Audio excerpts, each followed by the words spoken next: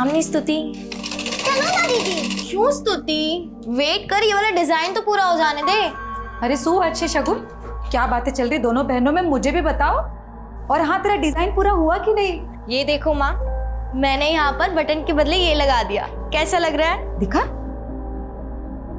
वाह शगुन, बहुत सरस। अरे इतना पक्का काम करना सीख लिया तूने इतनी जल्दी।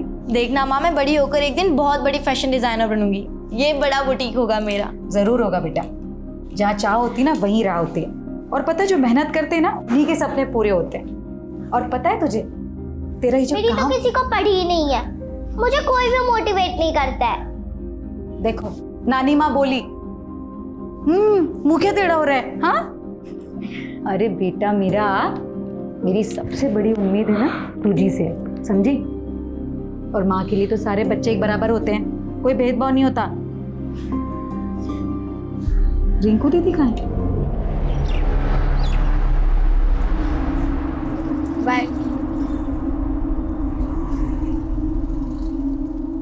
देखिए, तेरे मेरे बीच में ना ये कबाब में हड्डी नहीं चलेगी। देखिए, लव ट्रायंगल वाली स्टोरी ना मुझे बिल्कुल नहीं पसंद। बहुत खून खराबा होता है इसमें। गोपाल देख, अपनी हद में रहे, वरना वरना क्या?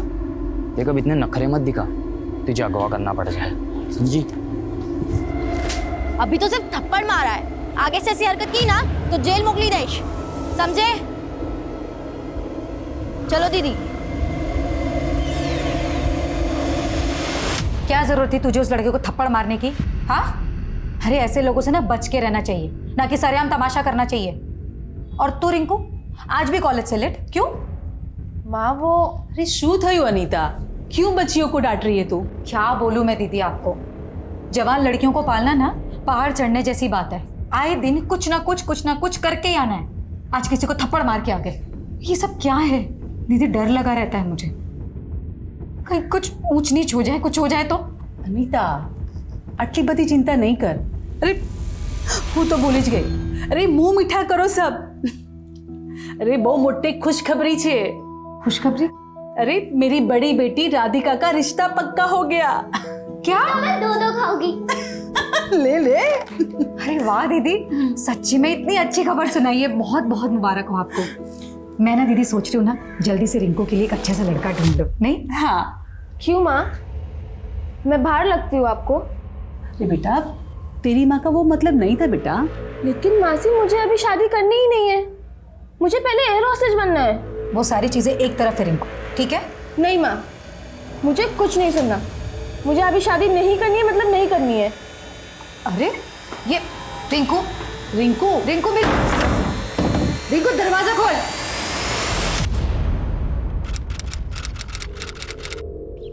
स्तुति, शगुन, रिंकू, खाना बना दिया है मैंने, ठीक है? खा लेना टाइम से। जा रही हूँ, कल शाम तक वापस आऊंगी। माँ, मैं भी आपके साथ चलूं? नहीं बेटा, तू क्या करेगी वहां जाके? और वैसे भी कल शाम को लौटूंगी मैं, तब तक एक दूसरे का ख्याल रखना है ना। लड़ाई झगड़ा नहीं करना, ठीक है? अरे रिंकू सुन ना,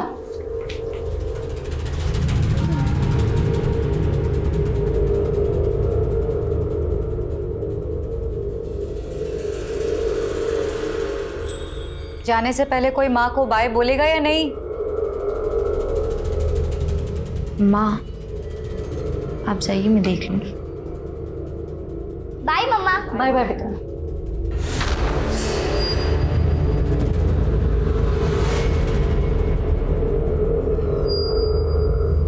अरे આ તો બહુ ઈઝી છે। જો 5 ને કેટલા થાય? 6, 4 ને 2 પણ 6, 3 3 પણ 6, 2 ને 4 પણ 6, 1 ને 5 પણ 6। સિમ્પલ, 6 6 6 ઈઝી છે ને? ચાલો આપણે નેક્સ્ટ કરીએ। ઓકે,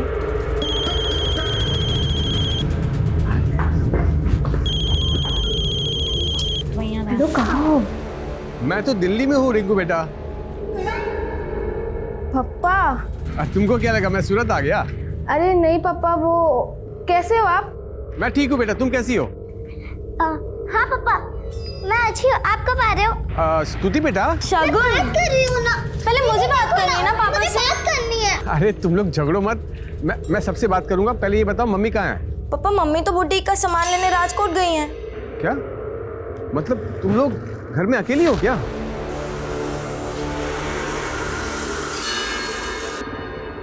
देखो तुम लोग ध्यान से रहना, ठीक है? हाँ पापा, आप हमारी टेंशन मत लीजिए। Good night, bye. दीदी मुझे पापा से और बात करनी थी। कल कर लेना, अभी बहुत रात होगी, तुम लोग चलो सो जाओ चल के। हाँ। अरे वो सब रहने दो ना, ये सब सुबह कर लेना, अभी अभी सो जाओ, बहुत रात होगी। चलो चलो चलो चलो चलो।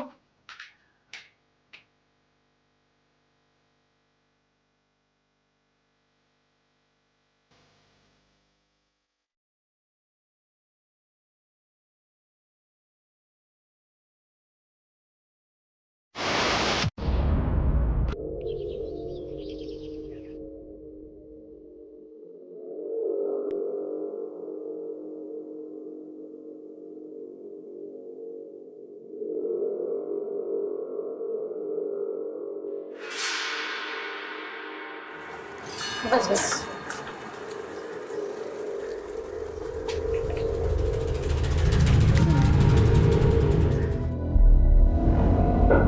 अरे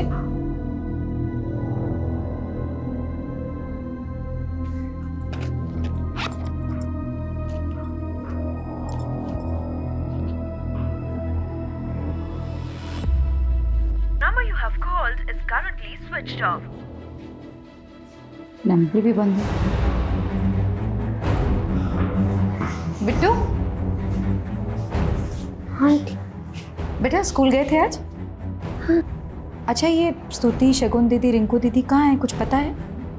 मालूम नहीं आंटी, लेकिन हाँ जब मैं शगुन दीदी और स्तुति के साथ आ रहा था स्कूल से, तब हमें रास्ते में रिंकू दीदी मिली थी। अरे शगुन, स्थिति, आगे तुम लोग एक काम करो, मेरे साथ चलो। कहाँ दीदी?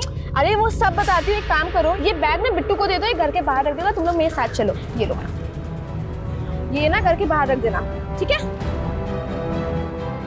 ये रिंकू कहाँ ले गई इन दोनों को? मुझे नहीं मालूम आंटी। उमंग, आधी उम्र तो तूने शादी किए बिना ही निकाल दी। तेरे आगे पीछे भी कोई नहीं है जो। अरे कवारा रहेगा तो बूढ़ापा कैसे निकलेगा? क्या आरती बहन आप भी, अब उसके बारे में अभी से क्यों सोचूं? जब बूढ़ापा आएगा देख लेंगे। आरती दीदी, आरती दीदी, स्तुति, शगुन और रिंकू यहाँ आए हैं क्या? ना, અહીંયા નથી આવી। हे भगवान, दीदी ये तीनों लड़कियों का कुछ अता पता नहीं है, पता नहीं कहाँ चली गई, सबसे पूछताछ करके देख ली लेकिन कुछ पता नहीं चल रहा है। अनीता, आटली बड़ी चिंता नहीं कर, ये समझदार लड़कियां है, कहीं घूमने चली गई होगी, आ जाएगी।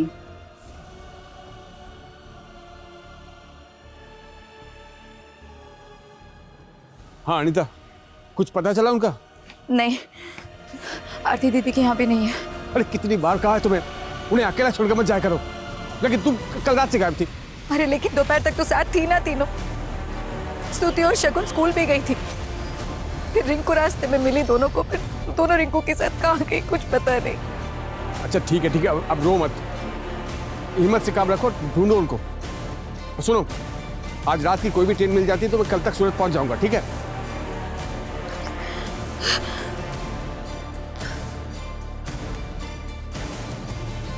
तो यही आपकी बड़ी बेटी रिंकू है ना, आपकी छोटी लड़कियों को यही लेके गई है, इसमें घबराने की क्या बात है? लेकिन सर दोपहर से शाम हो गई, इन लोगों का कोई अता पता नहीं है और रिंकू का फोन भी बंद आ रहा है। हो सकता है तीनों बहनें कहीं फिल्म देखने गई हों और आप लोग यहाँ बेकार में परेशान हो रही हैं। आप लोग घर जाइए, घूम फिर के आ जाएंगी तीनों। नहीं सर, सर मेरी बेटियाँ इतनी देर तक मुझे बिना बताए नहीं रहती कभी भी बाहर। लेकिन अभी तो आपने कहा कि कल से आप यहाँ थी नहीं। मैं मेरे काम से बाहर गई हुई थी, लेकिन सर यही तो प्रॉब्लम है, पहले ध्यान रखो मत, बाद में आ जाओ पुलिस को परेशान करने के लिए। अरे इतनी फिक्र थी आपको, छोड़ के गई क्यों थी तीनों को? सड़क पे छोड़ के नहीं गए थे, घर पे छोड़ के गए थे। आप एफआईआर लिखिए हमारी। आवाज नीचे करके बात कीजिए हमसे। ठीक से आप भी बात नहीं कर रहे इंस्पेक्टर, मैं यहाँ वार्ड कमिश्नर के ऑफिस में काम करती हूँ, आप एफआईआर लिखिए हमारी। आप वहाँ काम करती है, ये तो बहुत अच्छी बात है, लेकिन अभी आप लोग का हो गया है, जाइए यहाँ से। अरे सर, अरे बाप रे, हमारे पास और भी जरूरी सरकारी काम है। क्या बात कर रहे हैं? अरे चलो चलो आरती।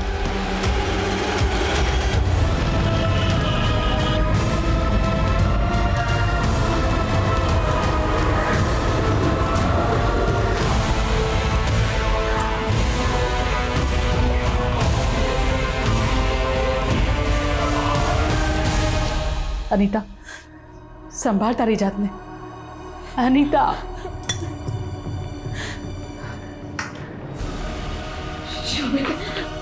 क्या कह रही पुलिस?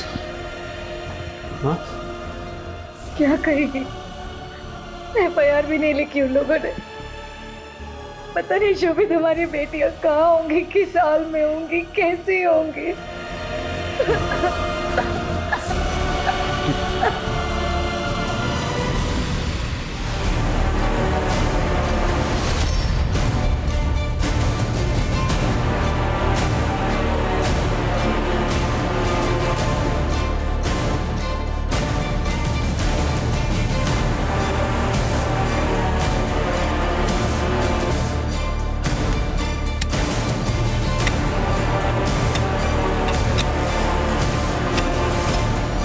इन्वेस्टिगेशन टीम को भी बदलकर क्राइम ब्रांच के हाथ में सौंप दिया गया था, लेकिन आमतौर पे इस तरह के जुर्म की कहानियां जद्दोजहद भरी होती हैं, मुश्किलों से इंसाफ मिलता है। हमारे लिए ये जानना बेहद जरूरी है कि रिंकू शगुन और स्तुति को कहाँ लेकर गई थी, जिसके बाद से रिंकू गायब है और शगुन और स्तुति की लाशें मिली। हम भी तब से यही जानने की कोशिश कर रहे हैं, लेकिन कुछ समझ में नहीं आ रहा है। उस दिन हम यहीं पहुंचे थे शगुन दीदी और स्तुति के साथ। रिंकू दीदी आई और उन्हें लेके चली गई। मालूम करो इस डायरेक्शन में जाते हुए ने किसी और ने देखा है क्या, और अगर कहीं कोई CCTV मिले तो उस दिन की फुटेज निकालो और चेक करो। Okay ma'am. सर, स्तुति और शगुन को तो हमने खो दिया, लेकिन हमारी रिंकू सही सलामत पहुंचा दीजिए बस हमारे पास। चुप हो जा। हम पूरी कोशिश करेंगे, अपनी पूरी ताकत लगा देंगे आपकी बेटी को ढूंढने में। जब किसी पर शक है आप लोगों के जो आपकी बेटियों के साथ ऐसा कर सकता है?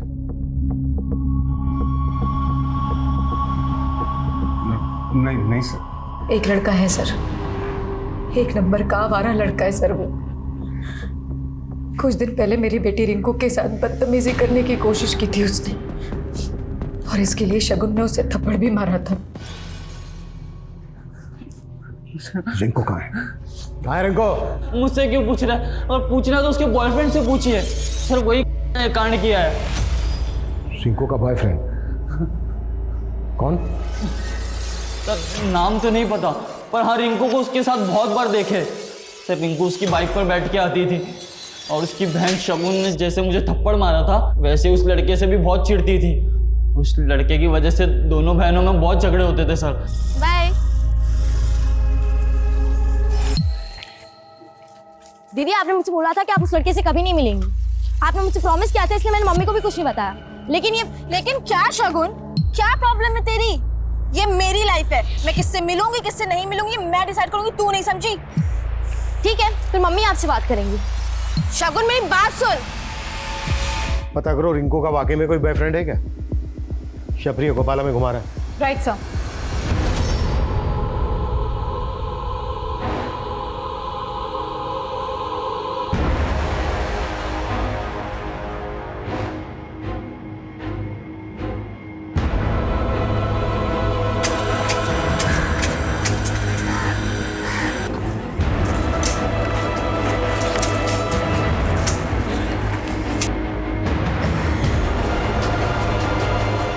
क्या हुआ माँ, बहुत चुपचाप लग रही हो। नहीं कुछ नहीं, बस थोड़ी थकावट ज्यादा है आज। लाओ मम्मा, हम आपकी मालिश कर देते हैं। और मैं पैर दबा देती हूँ। अरे कुछ नहीं हुआ है, आपको सिर्फ विटामिन ए की कमी है। अरे मैं आपके लिए टैबलेट लाऊं? हाँ, मुझे पता नहीं था इतने सारे डॉक्टर्स हैं। हाँ क्या है? तुम लोग को पता है मेरा टॉनिक क्या है? क्या? तुम तीनों जल्दी से गले लगो मेरे, तो मुझे पूरी एनर्जी वापस मिल जाएगी।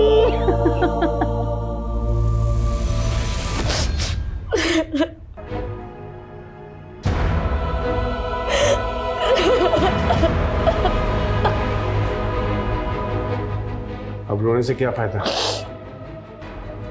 पछतावे से हमारे बच्चे तो वापस नहीं आ जाएंगे। मैं उनको यहाँ तुम्हारे भरोसे छोड़कर गया था, लेकिन तुम्हारी लापरवाही की वजह से हमारे बच्चे आए। शोभित, दोषी आप भी हैं। मेरी बच्चों को पैदा करके छोड़ने के अलावा आपने किया क्या उनके लिए? अरे उन्हें जब सबसे ज्यादा आपकी जरूरत थी तब आप नहीं थे उनके पास। आपके गैर जिम्मेदारपन की वजह से मेरी बच्चों ने भुगता। जिम्मेदार आप भी हैं।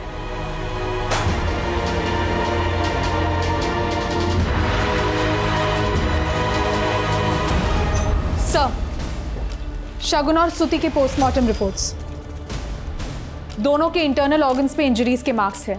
पहले दोनों किया गया और फिर गला दबा के मार दिया गया। रिंकू की कोई लीड? नहीं सर, और ये भी पता नहीं लग पा रहा है कि रिंकू उस दिन अपनी दोनों बहनों को लेकर कहाँ गई थी।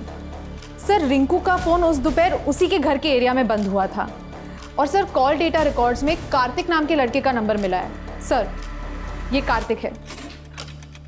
सर, हत्या के एक दिन पहले रात के वक्त इसका फ़ोन रिंकू के घर के एरिया में ही एक्टिव था और रिंकू और कार्तिक लगातार टच में थे। सर, कॉल डेटा रिकॉर्ड्स देखे तो ऐसे लग रहा है कि शायद दोनों का अफेयर हो। रहता कहाँ है कार्तिक? संगम विहार। सर, मैंने एक टीम को वहाँ पे भेज दिया है। कार्तिक का है और उसका फ़ोन क्यों बंद आ रहा है? मेरे बेटे ने कुछ नहीं किया है, आप लोगों को गलतफहमी और मतलब आप जानते हैं वो कहाँ है? उसे कहिए कल तक थाने में हाजिर होने के लिए, वरना उसे बचाने के जुर्म में मैं आपको अंदर कर दूंगा।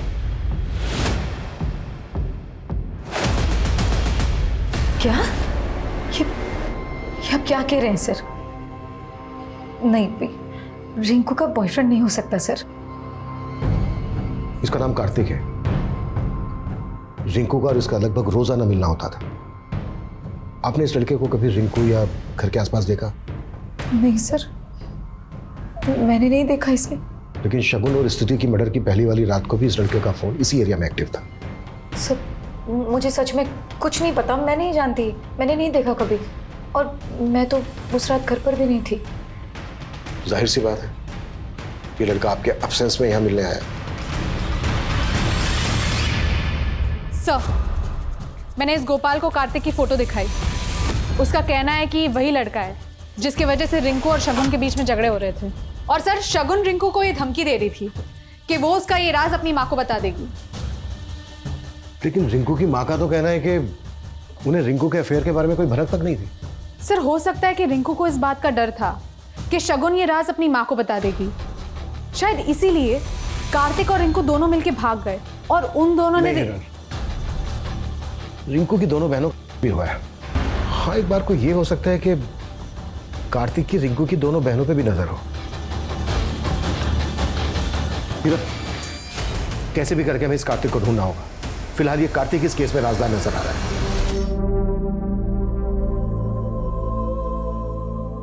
बेटा, मैं तेरे सपनों के खिलाफ नहीं हूँ, मुझे बस डर लगता है। डर तो मुझे आपसे लगने लगा है। आप सिर्फ कहने के लिए बोलती हो कि आपको मेरी परवाह है, लेकिन सच तो ये कि आप सिर्फ खुद के बारे में सोचती हो। इसके लिए पापा ने भी आपको। बस रिंकू। क्या हुआ? सच नहीं सुन सकती ना आप? तो मैं भी आपके फैसले बर्दाश्त नहीं करूंगी अब। बस करो दीदी, वरना क्या? बता देगी, बता दे, मुझे अब कोई फर्क नहीं पड़ता।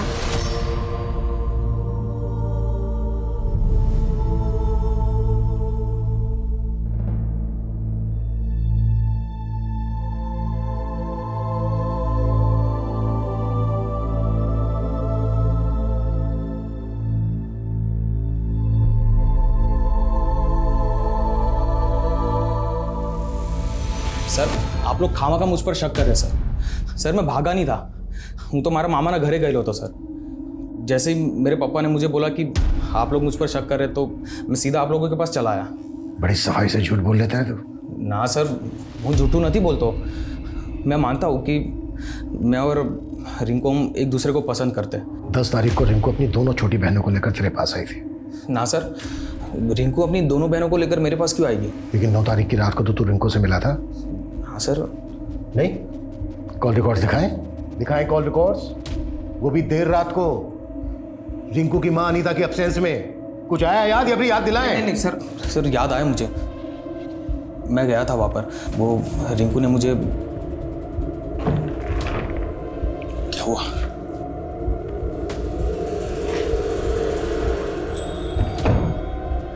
यार रिंकू मुझे इतनी रात को यहाँ पर क्यों बुलाया? कार्तिक, मेरी मम्मी मेरी शादी करना चाहती हैं और शायद राजकोट भी वो मेरे लड़का देखने ही गई हैं। अगर उन्होंने मेरी शादी की ना तो कर लूंगी। एक काम करते हैं, तुम ना मेरे साथ बाग चलो, हम दोनों शादी कर लेते। नहीं कार्तिक, मुझे अभी शादी नहीं करनी है। ने कहा ना मुझे एयर होस्टेज बनना है। आई नो रिंकू, लेकिन तुमने तो मुझे अभी बोला कि तुम्हारी मम्मी तुम्हारी शादी करवाना चाहती हो, फिर क्या तुम एयर होस्टेस बन पाओगी? दीदी, मैंने कभी सोचा भी नहीं था कि आप इतने गिर जाओगे। मम्मी की एब्सेंस में आप इसके साथ। शगुन मेरी बात तो सुनो। कार्तिक, अभी तुम जाओ यहाँ से। रिंकू, अभी तुम जाओ यहाँ से। सर फिर मैं वहाँ से चला गया था, उसके बाद क्या हुआ मुझे नहीं मालूम सर। और अगले दिन भी मेरी रिंकू से कोई बात नहीं हुई थी सर। आप चाहे तो चेक कर ही सको चाहता। यही तो प्लानिंग थी तेरी। रिंकू की छोटी बहन शगुन के साथ तेरा 36 का आंकड़ा था, इसलिए रिंकू को पाने के लिए तूने। रिंकू को पाना जरूर चाहता था, लेकिन किसी गुनाह के रास्ते पर चलकर नहीं, बल्कि प्यार से। सर मारो विश्वास करो था, मैं साचू कशु नहीं करूँ। सर, ये कार्तिक तो गोपाल से भी डेढ़शाना लग रहा है। खुद थाने आके अपनी बेगुनाही साबित करने की कोशिश तो नहीं कर रहा। पता करो हत्या वाले दिन से लेकर अब तक ये कार्तिक था कहाँ, और गोपाल के खिलाफ कुछ बोला? नहीं सर, ना गोपाल कुछ बोल रहा है ना उसके दोस्त कुछ उगल रहा है। सर ज्योतिनगर पुलिस को उनके एरिया में रिंकू की लाश मिली। स्तुति लोधिया, उम्र 12 साल, सपना बैडमिंटन प्लेयर बनना। शगुन लोधिया, उम्र 16 साल, सपना फैशन डिजाइनर बनना। रिंकू लोधिया, उम्र 18 साल, सपना एयर होस्टेस बनना। ये तीनों ही लड़कियां बहुत ही एम्बिशियस थी। जिस माहौल में ये पढ़ी बढ़ी, उसके हिसाब से इनके सपने बहुत बड़े थे। हो सकता है किसी को इन बच्चियों के सपनों से जलन हो, इनकी फैमिली से दुश्मनी हो, जो इनका पर मर्डर करके निकाली गई। सर, लेकिन अनीता और शोभित ने गोपाल के अलावा किसी और पे शक नहीं जताया। यही तो मुझे भी खटक रहा है। जिस तरह से इन तीनों बच्चियों को करने के बाद मारा गया, ये गहरी रंजिश की तरफ इशारा करता है। और अभी तक हम ये तक नहीं पता कर पाए हैं कि रिंकू अपनी दोनों छोटी बहनों को लेकर गई कहां थी। हिरल, हमें इस फैमिली के दोस्त, दुश्मन, रिश्तेदार सबको खंगालना होगा। जी सर। सर, मैंने बच्चियों की फैमिली के बारे में पता किया। बच्चियों का फादर शोभित पिछले 8 साल से दिल्ली में रह रहा था और इन 8 सालों में वो कभी वापस लौट के नहीं आया। लेकिन बच्चियों के गायब होने के बाद अचानक से वापस आ गया। और सर, अनीता पास ही के मोहल्ले में अपने ससुराल वालों के साथ रहती थी, लेकिन पिछले 6 साल से वो भी अपनी बेटियों के साथ अलग रह रही है। अनीता ने अपना ससुराल क्यों छोड़ा? कोई खास वजह? सर, मैंने खबरियों को इस काम पे लगाया है, लेकिन सर वजह जरूर कोई बड़ी रही होगी। अनीता की बेटियों के मरने के बाद अनीता के ससुराल वाले एक भी बार उसके पास नहीं गए। ये दोनों पति पत्नी ना अपने अंदर कुछ छिपाकर बैठे, इतनी आसानी से निकलने नहीं देंगे। चलो एक बार अनीता के ससुराल वालों से मिलते हैं। जी सर। अगर मेरे हाथ पैर ठीक होते तो मैं खुद अनीता और शोभित से मिलने चला जाता था, लेकिन बेटा तू तो ठीक है ना, तुझे जाना चाहिए उससे मिलने। अरे पप्पा, प्रवचन देना बंद कीजिए, मुझे कोई परवाह नहीं उन लोगों की। सांभळना बेटा, तारा मोटा भाई છે, એકવાર જઈ આવો। सुनो, बाहर पुलिस आई हुई है।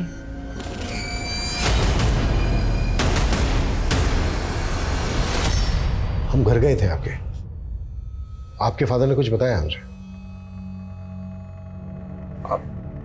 क्या पता है सर आपको? यही कि आप काम के चक्कर में बाहर चले गए थे और आपके बाहर जाने के बाद अनीता जी ने अपना ससुराल छोड़ दिया।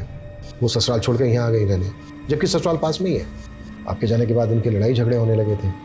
अच्छा अनीता जी, किस बात को लेकर आपकी ऐसी लड़ाई हुई थी, झगड़ा हुआ था कि आप अपना ससुराल छोड़कर यहाँ आ गए? ऐसा कोई झगड़ा या लड़ाई नहीं थी, वो बस। क्या वो? मतलब छोटी मोटी बात में कहा सुनी होती है, बस वैसी। ठीक है।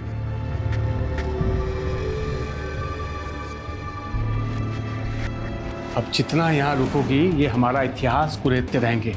अब भी वक्त है, चलो मेरे साथ दिल्ली। इन दोनों के हाव भाव को देख के ऐसा लग रहा था कि जैसे दोनों कुछ छिपा रहे हैं हमसे। इन्होंने अपनी 3 बेटियों को खोया है, सख्ती करना तो इनके साथ ठीक नहीं होगा। अपना खबरी नेटवर्क एक्टिव करो। इन दोनों के पास की एक डिटेल चाहिए मुझे। કેટલી વાર કીધું છે કે એડલ્ટ ડાયપર પહેના કરો, લેकिन नहीं, पता नहीं और क्या क्या बकवास झेलना पड़ेगा मुझे इस घर में। ये साफ सफाई करने के लिए आई हूँ मैं। अबे मारी नाक ना मुझे, मारी डाल, जैसे अनिता के बेटियों को बाद में। क्या क्या बकवास कर रहे हैं आप? हाँ, कुछ भी बोले जा रहे हैं जो मन में आ रहा है। क्या हुआ? क्या किटकिट लगा रखा है? जो तुम्हारा पापा ने अरे कही थी। देखो लोग देख रहे हैं वहां बाहर।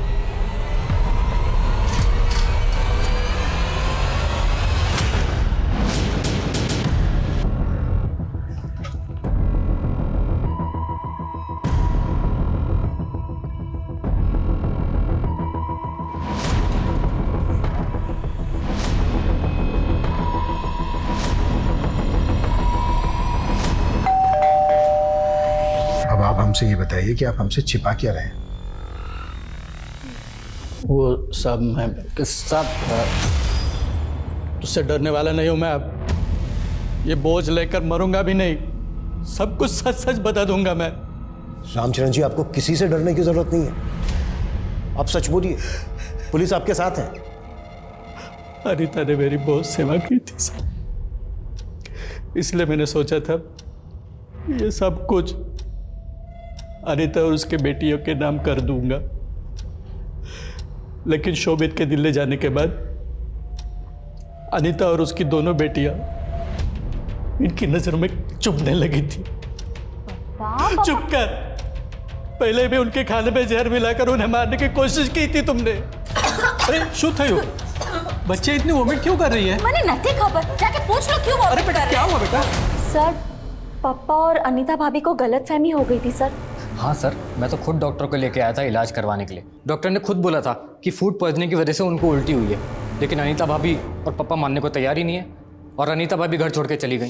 जब वो घर छोड़ के चली गई उसके बाद तुमने प्रेशर डाला इनके ऊपर कि ये सारी प्रॉपर्टी तुम्हारे नाम कर दें, इनको बेदखल कर दें, यही हुआ ना? नहीं सर, मैंने ऐसा कुछ भी नहीं किया सर। पापा ने तो खुद शोभित भाई को जायदाद से बेदखल कर दिया था और शोभित भाई तो खुद अनीता भाभी को धोखा दे रहे थे। कैसा धोखा? सर, शोभित भाई का यतिन नाम के आदमी की बीवी के साथ चक्कर चल रहा था। उन्होंने हमें मुंह दिखाने के काबिल नहीं छोड़ा।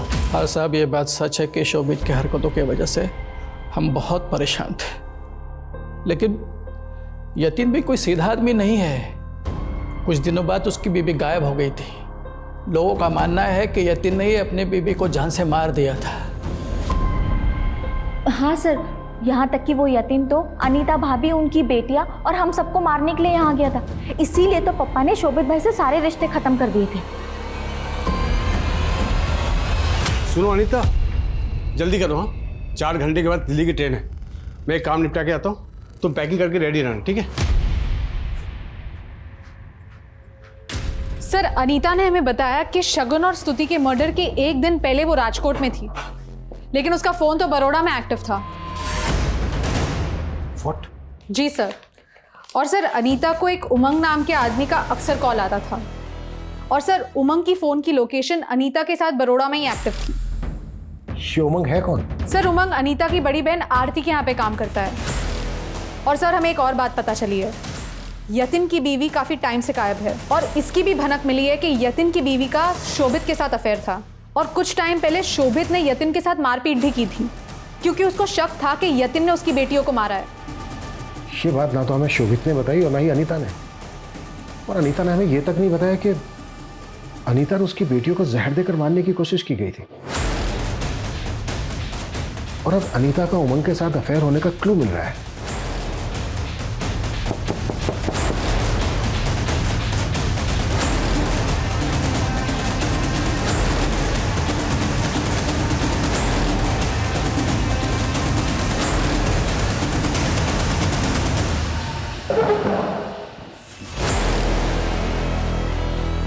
तुम दोनों के बीच रिश्ता क्या है?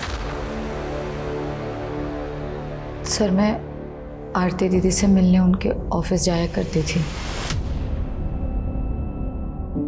इसलिए इन्हें अच्छे से जानती हूँ। तुमने हमसे पहले कहा कि तुम राजकोट गई थी। बाद में हमें पता चलता है कि तुम उमंग के साथ बड़ौदा में थी और वहां पर एक साथ एक ही होटल के एक ही रूम में रुके। अब ये बिल्कुल मत कहना कि तुम लोगों के बीच कोई रिश्ता नहीं है। सर, रिश्ता दोस्ती का है। शोभित ने कभी मेरी फिक्र नहीं की, मुझे मेरी बेटियों के साथ अकेला छोड़कर दिल्ली चला गया और फिर बरखा की वजह से मुझे मेरी बेटियों के साथ अकेले रहना पड़ा। और एक अकेली औरत पर हर कोई नजर काटता है सर। ऐसा मेरे साथ भी हुआ।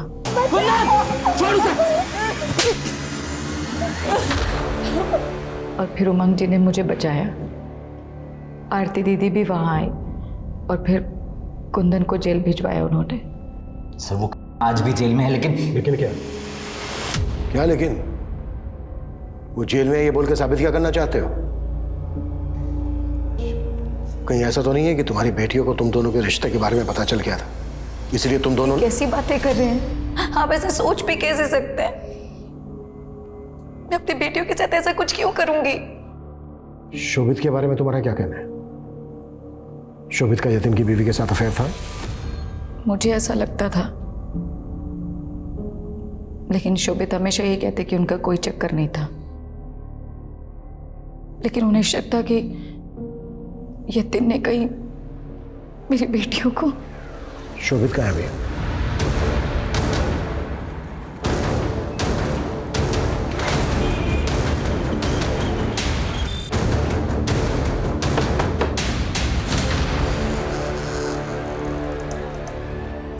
ये सुमन का घर है जो मुंबई में रहती है।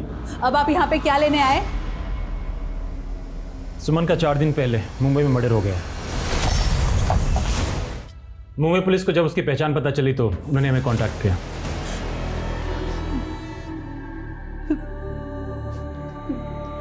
ये सब अचानक कैसे हो गया?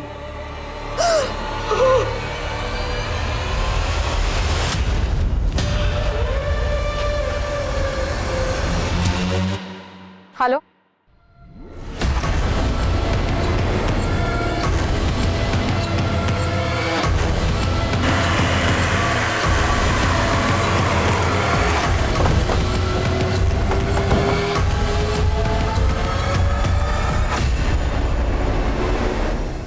सर, शोभित के बारे में सारी इंफॉर्मेशन निकाली है मैंने। शोभित दिल्ली के भजनपुरा इलाके में रहता है अपनी दूसरी बीवी के साथ। दूसरी बीवी? जी सर। और सर ये दूसरी बीवी और कोई नहीं बल्कि यतिन की वाइफ प्रभा है। और सर अनीता की मर्डर वाली रात शोभित ने दिल्ली जाने वाली ट्रेन पकड़ी थी। शोभित को यहाँ उठा के लाओ। प्रदीप, उमंग, यतिन, इन सबको हाजिर करो। इन सबके पास अनीता की बेटियों को मारने का मोटिव है। इन सबसे सख्ती से पूछताछ करनी होगी। तुझे पता था कि शोभित तेरी बीवी प्रभा के साथ दिल्ली में रह रहा था, तो तूने उसके पूरी परिवार को यहाँ खत्म कर दिया? नहीं मैडम, मारना होता तो मैं शोभित तो प्रभा को मारता। उनके परिवार से मेरी क्या दुश्मनी थी? सर मेरी बेटियों के साथ जब ये हादसा हुआ तो मैं यहाँ था भी नहीं सर, मैं तो दिल्ली में था सर। देखिए मैडम, मेरा इससे कोई लेना देना नहीं है। मैंने तो बस इंसानियत के नाते अनीता की मदद की थी। मारा कि मैंने अनीता और उसकी बेटियों का हक छीना है, लेकिन मैंने उसे मारा नहीं है। सर एक इन्फॉर्मेशन मिली है, अनीता की बड़ी बहन आरती की बेटी सुमन का मुंबई में मर्डर हुआ है। व्हाट? जी सर।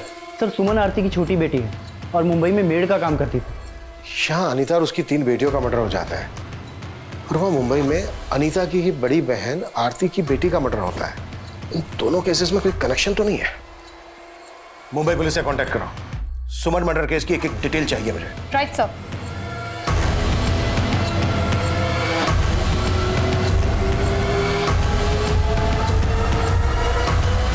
सर ये देखिए, यही वो आदमी है जो सुमन का पीछा करते हुए दिखाई दिया था। इस आदमी की फोटो अनीता और उसकी बेटियों से जुड़े सभी लोगों को दिखाओ। पता करो उनके साथ इसका कोई कनेक्शन है क्या? जी सर।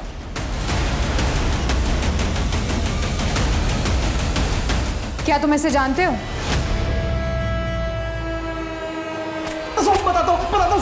बताता हूँ साहब, मैंने कुंदन भाई के कहने पर सुमन को मारा था साहब।